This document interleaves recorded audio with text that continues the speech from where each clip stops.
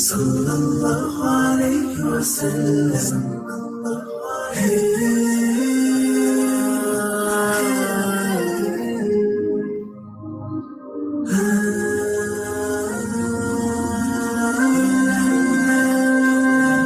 اللہ ربی والاسلام دینی ومحمدا رسول اللہ ویقینی أدنو إليه ساجدا بجبيني اقبل صلاتي وللصواب اهديني يا ربي يا من هو مرشدي أيقنت أن إليك مرادي وموعدي فعشقت كل حروف كتابك مهتدي ومقتدي بنبيك الأمين يا ربي يا من هو مرشدي أيقنت أن إليك مرادي وموعدي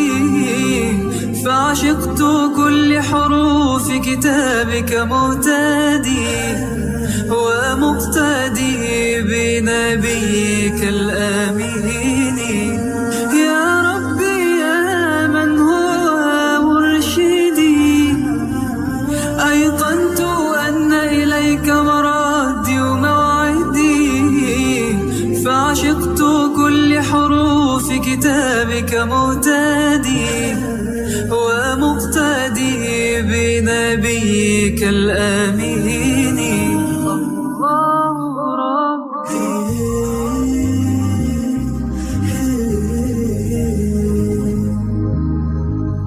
صلى الله عليه وسلم.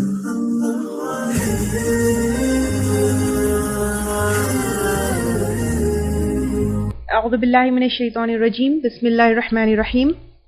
ان الحمد للہ تعالی نحمده ونستعین به ونستغفره ونعوذ باللہ من شرور انفسنا من سیئات اعمالنا من يهده الله فلا مضل له ومن يضلل فلا هادي له واشهد ان لا اله الا الله وحده لا شريك له واشهد ان محمدا عبده ورسوله صلی اللہ علیہ وسلم. تمام تعریفیں اللہ کے لیے ہے، اس کی تعریف کرتے ہیں اور اس سے مدد اور معافی طلب کرتے ہیں. ہم پناہ مانگتے ہیں اللہ عز و جل کی خود کی برائیوں سے اور تمام برے کاموں سے. جسے بھی اللہ کی ہدایت ملے اسے کوئی گمراہ نہیں کر سکتا، اور جسے اللہ نے گمراہ کیا اسے کوئی ہدایت نہیں دے سکتا. ہم گواہی دیتے ہیں کہ عبادت کا حقدار صرف اللہ ہے اور کوئی اس کا شریک نہیں، اور گواہی دیتے ہیں کہ محمد صلی اللہ علیہ وسلم اللہ تعالیٰ کے بندے اور رسول ہے، اور اللہ اپنی سلامتی بھیجے اپنے آخری نبی پر، ان کے اہل و عیال پر اور ان کے صحابہ پر. السلام علیکم ورحمۃ اللہ وبرکاتہ. آج ہم قرآن کے بارے میں کچھ اہم اور امپورٹنٹ معلومات دیکھتے ہیں. کچھ ایسے معلومات ہم لیں گے جن کا جاننا آپ کے لیے بہت ضروری ہے، جو تفسیر سمجھنے میں آپ کے لیے بہت آسانی ہوگی اور آپ کے لیے بہت مدد ہوگی. سب سے پہلے قرآن. ٹھیک ہے، قرآن کیا چیز ہے؟ قرآن جو ورڈ ہے وہ قراءہ سے ہے، قاف را حمزہ سے. اس کا مطلب ہوتا ہے ٹو ریڈ، یعنی یہ ٹو ریڈ سے آتا ہے. ٹھیک ہے، جیسے اقرا میں آتا ہے پڑھو. قرآن کا مطلب پڑھی جانے والی کتاب ہے، اور الحمدللہ یہ دنیا میں سب سے زیادہ پڑھی جانے والی کتاب ہے. لیکن ایک افسوس کا پہلو یہ بھی ہے کہ سب سے زیادہ بنا سمجھے پڑھی جانے والی کتاب قرآن ہے. اس کے اور بھی بہت سارے ایکسپلینیشنز آئے ہیں، بٹ قراءہ سے جو ایکسپلینیشن ہے وہ زیادہ ایکسپٹڈ ہے. ایک اور معنی اس کے اقران سے بھی آتے ہیں، قاف را نون. ٹھیک ہے، جیسے حج قران بھی آتے ہیں، قرین بھی آتے ہیں. اس کے معنی ملانے اور جوڑنے کے آتے ہیں. تو اس میں کیا ہے، قرآن میں پوری قرآن میں اگر ہم دیکھیں تو آیتیں اور سورتیں جب جوڑتے ہیں تو پوری قرآن بنتی ہے، جس کی وجہ سے اس کے یہ معنی آتے ہیں.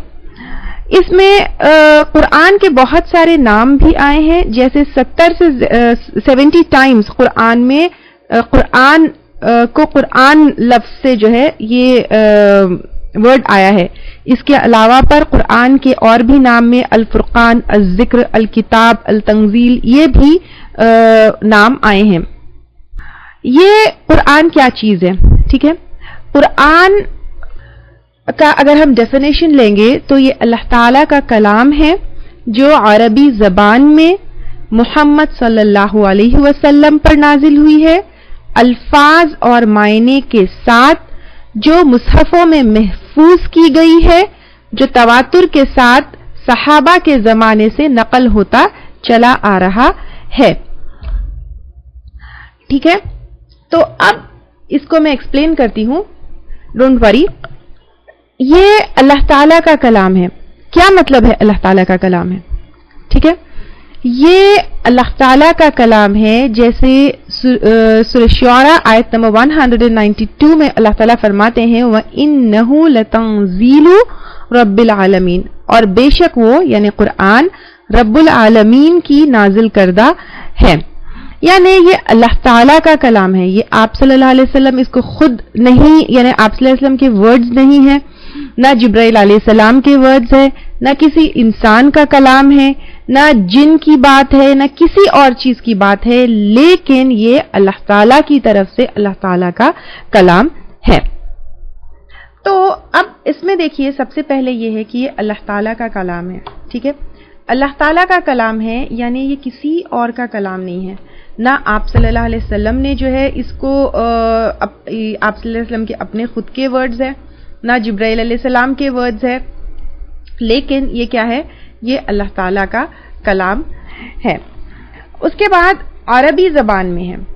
عربی زبان میں ہے یعنی قرآن جو اصل ہے وہ صرف عربی زبان میں ہے. ٹھیک ہے، اور جو ہم اردو میں پڑھتے ہیں تو وہ قرآن نہیں ہے، لیکن وہ کیا ہے؟ اس کو ہم ترجمہ کہیں گے، اس کو ہم ٹرانسلیشن کہیں گے.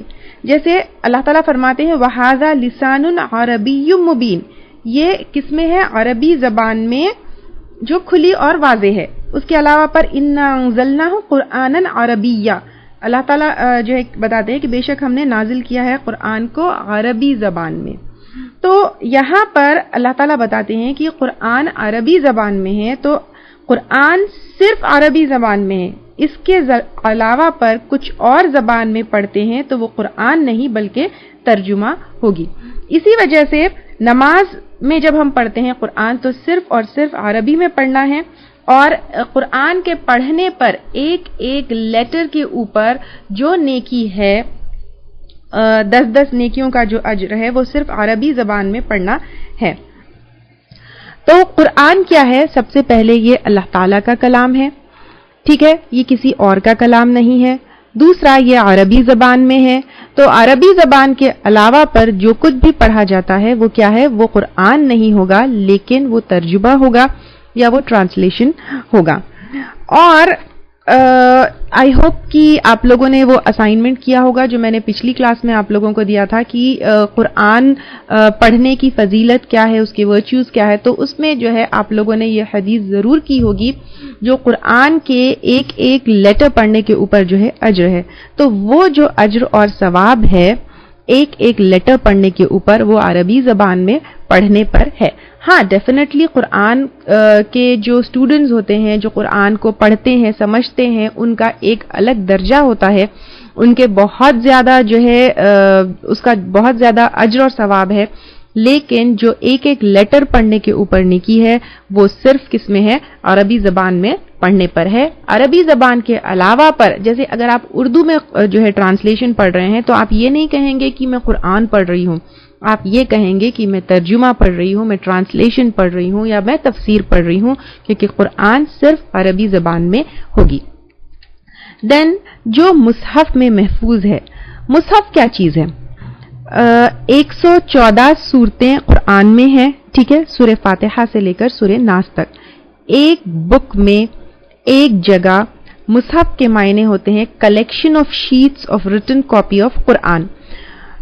قرآن جو ہے وہ کہاں پر ہے؟ وہ لوح محفوظ میں ہے. باقی ساری جو قرآن کی ہے وہ کاپیز ہے، وہ مصحف جو ہے کہلاتی ہیں.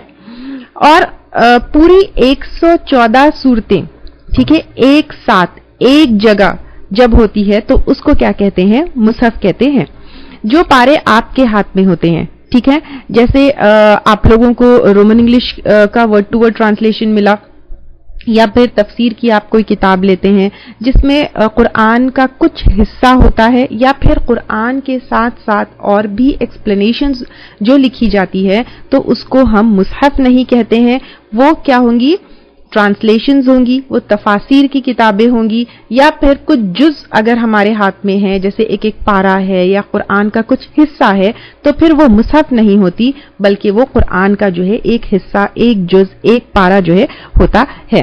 اسی وجہ سے جو قرآن میں کسی نے مجھے جو ہے ڈاؤٹ پوچھا تھا گروپ میں اور پچھلی کلاس میں بھی, تو میں نے کہا تھا کہ میں اگلی کلاس میں اس کو جو ہے لوں گی.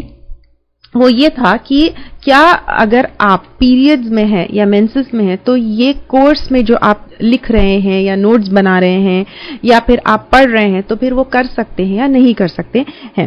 میں انشاءاللہ تعالی آپ لوگوں کے ساتھ ایک جو ہے اس ٹاپک کے اوپر جتنے علماء کرام کے فتاوے ہیں وہ میں آپ لوگوں کے ساتھ شیئر کروں گی.